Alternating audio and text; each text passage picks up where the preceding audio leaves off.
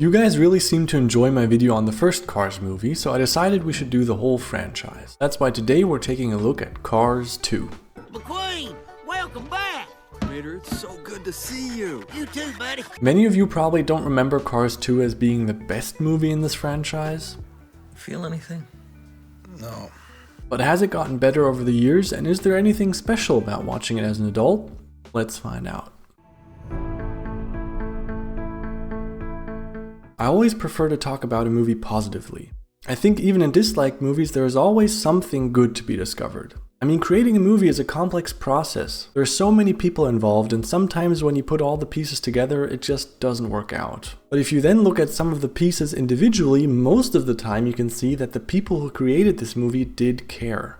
Poor Doc would have been real proud of you, that's for sure. And especially in a franchise, there will always be at least that one movie that can't hold up to the quality of the rest of the franchise. Even if all the movies are great, everybody will have that one movie that they liked the least. So when I intend to analyze a movie, especially when it's part of a franchise, I always try to go in with the mindset of, this is somebody's favorite movie in this franchise, and I try to figure out why. So let's first look at what this movie does great. First, you can really notice the technical improvements in this movie compared to the first Cars movie from 2006. The textures are just more crisp, but especially the reflections got really good. And they know it too. They were flexing on us with that Tokyo night scene. The lights really look amazing here. Of course, for today's standards, it's nothing groundbreaking, but it's still cool to see. Let's go! Oh, look at this! Okay, now Mater. Second, I really like the idea of the World Grand Prix, where cars from all over the world and from all different classes race together, and the track is designed in a way that every car can display its strengths and weaknesses, with long straights, tight corners, and even dirt sections. The sound design in those races was also great, having that F1 car sound mixed in with McQueen's V8 sound, just music in my ears.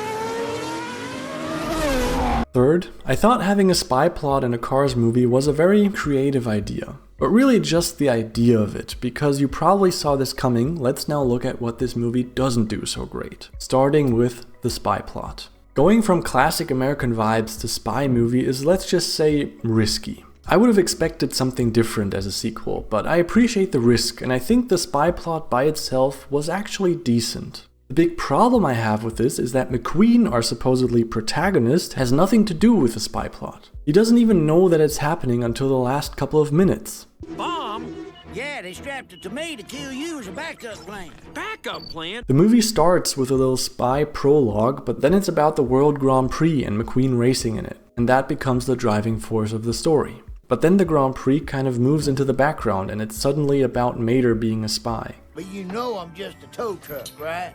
Right, and I'm just in the import-export business. It's like in one story, McQueen is the protagonist and Mater is a side character, and in the spy story, Mater is the protagonist and McQueen is a side character. The way these two storylines are combined here just doesn't work. For me, the dominant storyline was the spy plot, so I wondered, why would you make the Cars sequel about a story where McQueen is basically irrelevant? I like the humor of Mater in the first movie, but having it be the primary element of this movie just didn't work for me.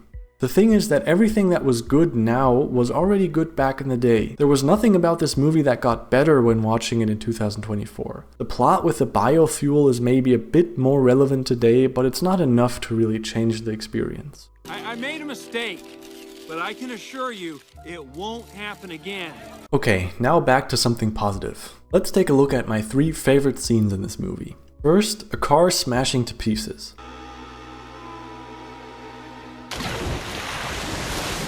For those of you that watched my first video, you maybe remember that I can't stop analyzing the logic behind how this car world compares to our human world, and if I'm supposed to think of these cars as humans, that guy just got absolutely obliterated. With humans, this movie would have been rated R, man. Second, wasabi ice cream. No, wasabi. Oh, same old, what's up with you? That looks just... Same old, what's up with you? As you probably noticed, I'm not the biggest fan of the Mater humor, but that one really caught me off guard. I saw the ice cream joke coming from a mile away, but the what's up joke really got me. And third, cars racing for fun.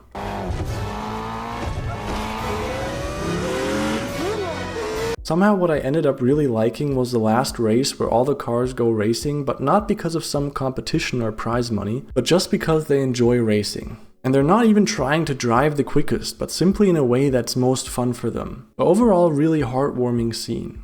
And I'm not sure why I liked it so much. Maybe because I watch a lot of racing, or because as an adult many things become very competitive and this is a nice reminder to just have fun every now and then. But speaking of adult, that brings me on to part 2.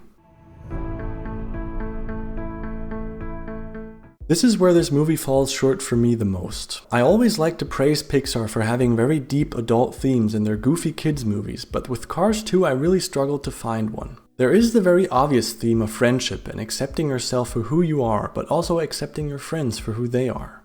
McQueen really likes Mater, but he is ashamed of his behavior when he's with his racing friends. But at the same time, Mater realizes that he is different and many people do see him as an idiot. But he knows his own value and understands that he doesn't need to change to fit in with others. It's a nice theme, don't get me wrong, but again, it's not really integrated into the story. The movie would have still worked just as well if that theme hadn't existed. It's also very obvious, and nothing I think only adults will understand. Be yourself here. And if people aren't taking you seriously, then they need to change. Another problem for me as an adult was the very heavy reliance on Mater as a protagonist. He's just very goofy and he's obviously there for kids. As an adult, some of his jokes were a little too on the nose for me, but at least the spy plot was still very engaging. Having the producer of the biofuel try to villainize his own product because he actually owns the biggest oil deposits in the world is a very decent plot that's interesting for kids as well as adults. But again, because the themes don't really hit harder as an adult, the movie also didn't get better with time from this perspective. If anything, it got worse because as an adult, some of the goofy Mater stuff, of which there's a lot more in this movie, didn't really work for me. Excuse me, ma'am.